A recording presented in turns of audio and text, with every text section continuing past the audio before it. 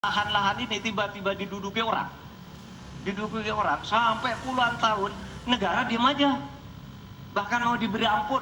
Kemarin itu diberi pengampunan pajak, saya bilang ini harus pidana masuk itu. Dia menguasai tanah 22 tahun tidak bayar pajak lalu diberi ampun asal mulai baik-baik kembalikan seandainya pajak. Tidak bisa, saya bilang. Nah sekarang dia ini sudah masuk pidana dan sudah inkrah.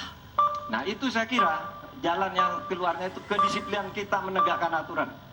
Itu saja saya kira jawaban yang menurut saya simpel dan tepat. Selesai. Baik, silakan Pak Muhaimin untuk memberikan tanggapan dari jawaban Pak Mahfud tadi.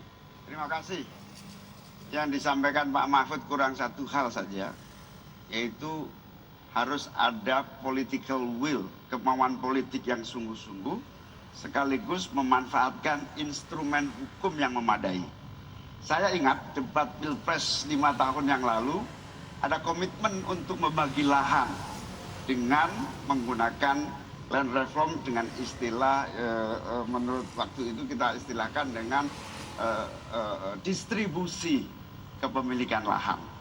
Sehingga yang ingin saya tegaskan dari jawaban Pak Mahfud tadi adalah instrumen hukum harus dipakai secara optimal, diikuti dengan kemauan dan kesungguhan politik, bukan hanya retorika politik.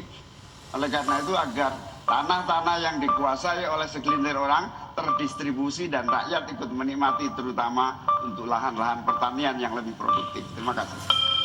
Silakan langsung ditanggapi Pak Mahfud, waktu Anda. Ya, memang begitu kan, dari program yang kami lakukan, kita akan melakukan redistribusi tanah. Dulu dalam 5 tahun terakhir ini bahkan ada kan pembagian tanah untuk rakyat agar merata. Lalu ada 1 juta sertifikat. Setahu saya 1 juta sertifikat itu memang sudah dibagi, tetapi itu untuk mereka yang memang sudah menempati tanah itu.